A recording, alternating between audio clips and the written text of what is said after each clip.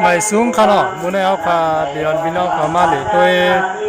ในป่างปอยหอทำเหนือพิงใหญ่พิงทุ่งหอตลาเนี่ยเนาะหอตลาเจ้ามหาสันสมหาสันตลานะครับเนาะนะครับคำว่าคาเดียนพี่น้องเขาก็ตัวในป่างปอยนั่นนะครับเนาะในการมีจื้อหันจื้อหือมีจื้อนะครับเนาะคำว่าคาเดียนพี่น้องเขาด้วยทั้งในปุ่นขนาดเขาขามาด้วยจอมกันนะครับเนาะอย่าปีนี้ขาทั้งหลายนะครับก็ในปังปอยเนี่ยก็เขาได้ถ่ายอันเป็นมีอยู่นะครับเนาะเขาเด่นใส่เสียงอย่างเขาได้ถ่ายนะครับเนี่ยเขาถ่ายในพี่น้องเขาทั้งขนาดพระแค่ก็ด้วยไรขนาดเขาขาได้จอมกันเนาะอ๋อกำหนึ่งขนาดเบียนดีนะก็ได้เบียนดีวัดห้วยน้ำขุนนะครับเนาะอำเภอท่าหลงดังจีดอนเกียงฮันนะครับเนาะก็เป็น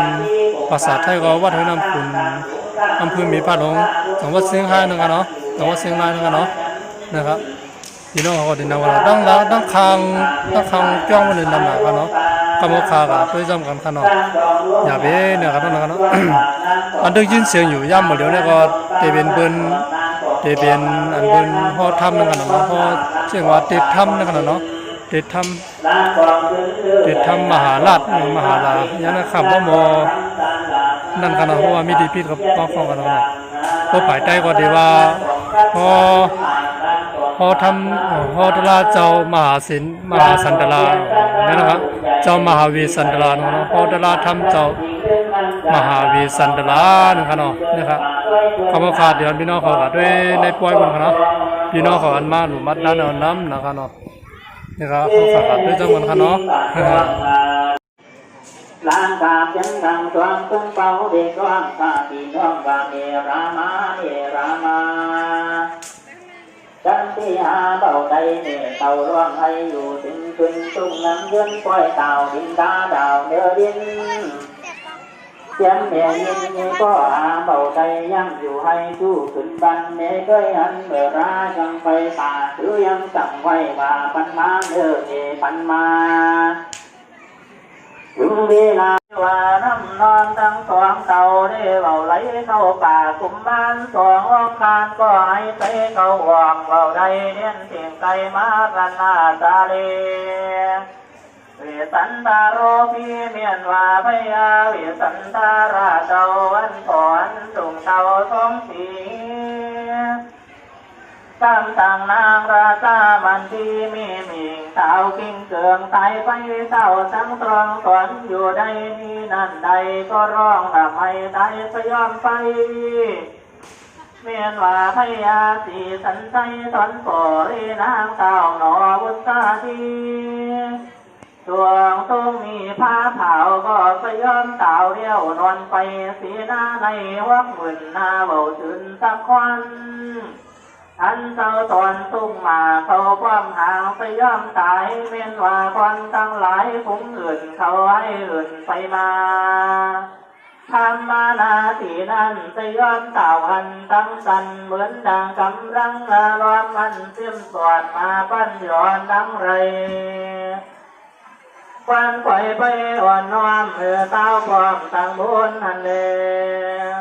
ตาสมิงคาเนในคานั้นเมื่อนั้นสวดปะปาตากองโดยร้องร้อนเกินกลางฟองนั้นตัวตวงกิรีปันพันตัวปันกำดีเต้าไทยกำดีกำว่าตัวตาคุณตาปีนี้เกิดเต้าเห็นปวดเต้าของเชื่อมเห็นทั้งเดือนชุดตัวตาเห็นเกี่ยวปวดตั้งนาทั้งตาตาหูฟังเบาเกียรคนตั้งวันเจตาละหูดีกันใจดูยอดเจคือรอดเจตันหูดาววันดูกึ่งเกตกึ่งเปตั้งโดยสัทธาขาวบ้านนาตาตูสติตานีอยู่ทหารวังเงินหน้าต้อยถึงคนแยงเกิดมาเพียงฝ่าบาทรวมไทยราชบันเดียวยอมควันสิวหาเท้าของเบียงเน่าดื้อเปียนเขามาเห็นนี่เจ้ายอดเจ้ารายเรื่องมากเลย ตาตูปามาสีกามาสีสุงสีวิกัญญาสมากาตาทันนั้นนางลาตามันตีป้องเปลี่ยนเขาก็ตรองกีดยามดีนางสาวดีไม่ไหลดังมากำดังสายก้อนว่าพยาวีสันดอนตำมีกาลาดต้องมาสอนวงอาจผากวดเปลี่ยนผู้รถโนดเอาจุงรังตาเท่ามีเจมีเมียนนางนานาสะทอมมีไหลเก้าขึ้นนำใดเหมือนพวกปันก็ดีสุขมีไม่ดีทุกเมื่อคุณปังเปิดสองปันตัวสองทุกวันไว้นานคือเจ้าตาลีว่าลาเจดังกันนา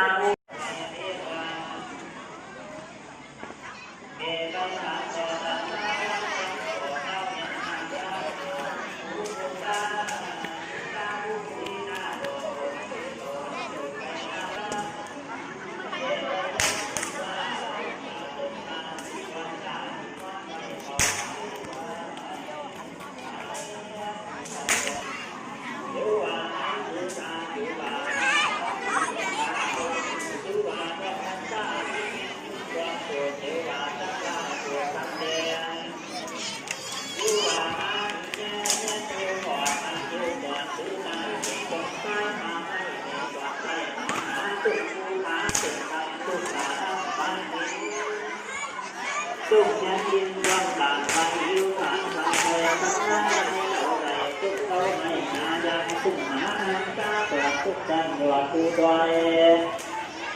อยู่อาสองเก่าไปคอยตลาดหยิบสินตาสองอยู่อาสองเก่าไปอยู่เสือไปอยู่เสือหลังมีไปหาซื้อข้าสอนเจ้าผู้วังก้อนข้าวันก้อนเที่ยวสั่งจังจังหลังไหลร้องเกี่ยรีวองเกินกว้างนั้นตัวกว้างหินมาปานเสือสองหลานเดินฝ่าไปดูขอให้เวียสันดวนข้าผู้ตนจึงเอาต้องจึงเก่าบุตรดีอาตันตัวเมียเดินตัวดวงตาโดดตาปันโดดเต็มหมิงเต็มป่าให้ก็ทิ้งเขาออกก็ว่าติวไรกว่าหิวหันลืมตาที่ตอนฟ้าเปล่าเยอะสายมเต่าหันตั้งยืน